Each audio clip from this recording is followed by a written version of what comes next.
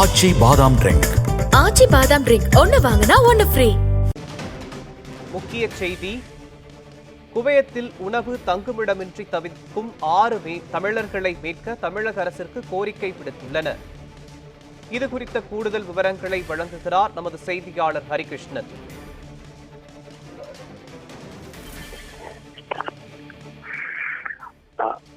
குவைத்தில் உணவு தங்குமிடமின்றி 6 தமிழர்கள் வசித்து வருவதாகவும் தமிழ்நாடு அரசு உடனடியாக அவர்களை மீட்க வேண்டும் என்கிற கோரிக்கையை தற்போது வீடியோ வாயிலாக முன்வைத்திருக்கிறார்கள்.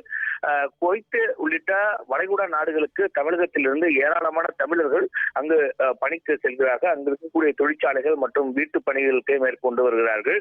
இந்த சூழ்நிலையிலே புதுக்கோட்டை மாவட்டத்தைச் சேர்ந்த ஆனந்தராஜ், பாலசுப்ரமணியன், மிலால் அகமது, திருச்சி மாவட்டத்தைச் சேர்ந்த ஈஸ்வர், கள்ளக்குறிச்சி மாவட்டத்தைச் சேர்ந்த ஷேக் அமீர், தேனி மாவட்டத்தைச் சேர்ந்த தர்வேஷ் ஆகிய 6 தமிழர்கள் குவைத்தில் இருக்கக்கூடிய நகர் பகுதிகளில் உள்ள ஒரு ஹோட்டலுக்கு வேலைக்கு செல்கிறார்கள். கடந்த 2 ஆண்டுகளுக்கு மேலாக அவர்கள் அந்த பணிகளிலே தங்களை ஈடுபடுத்திக் கொண்டு செய்து வருகிறார்கள். இந்த நிலையிலே அந்த ஹோட்டல் நிர்வாகம் என்பது மாறி இருக்கிறது. கடந்த 2 மாதங்களுக்கு முன்பாக ஏற்கனவே இருந்த ஒரு நிர்வாகமானது மாறி மற்றொருவர் அந்த நிர்வாகத்தை இருக்கிறார். அப்போது 2 மாத காலமாக அவருக்கு ஊதியம் வழங்காமலும் அதிக நேரம் பணியிலே செய்ய சொல்லி வற்புறுத்தி அடித்து துன்புறுத்தியதாக அவர்கள் வீடியோ வாயிலாக தெரிவித்திருக்கிறார்கள். மேலும் இவர்கள் வேலைக்கு செய்யவில்லை, இவர்கள் பணியிலிருந்து நீக்க வேண்டும் என்பதற்காக இவர்கள் பணிக்கு வரவில்லை என உள்ளூர் காவல் நிலையத்தில் வழக்கு புகார் ஒன்றையும் கொடுத்திருப்பதாகவும் அவர்கள் வீடியோ வாயிலாக தெரிவித்திருக்கிறார்கள். மேலும்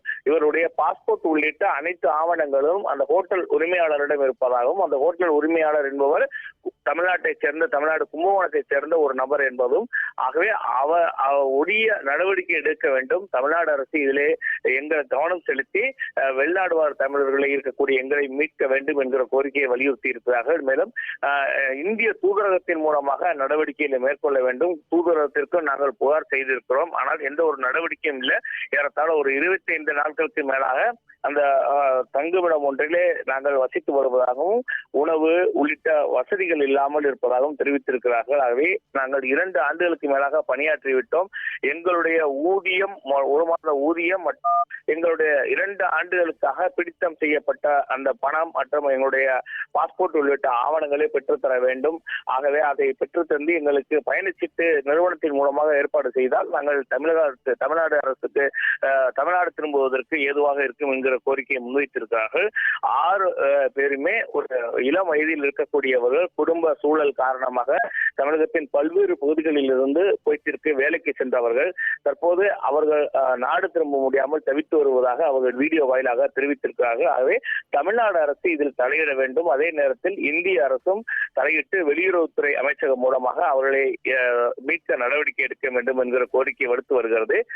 ஏன் தூதரகத்தின் மூலமாக அவர்கள் மீட்கப்பட்டு முதலாவதாக அவர்களுக்கு தேவையான அடிப்படை வசதிகள் செய்து தர வேண்டும். அதே நேரத்தில் அந்த நிறுவனத்துடன் பேசி அவர்களுடைய ஆவணங்கள், ஊதியங்கள் பெற்று அவர்களை மீண்டும் தாயகத்திற்கு அனுப்புவதற்கு உரிய நடவடிக்கை எடுக்க வேண்டும் என்கிற கோரிக்கையை தான் முன்வைத்திருக்கிறார்கள். மோகன்,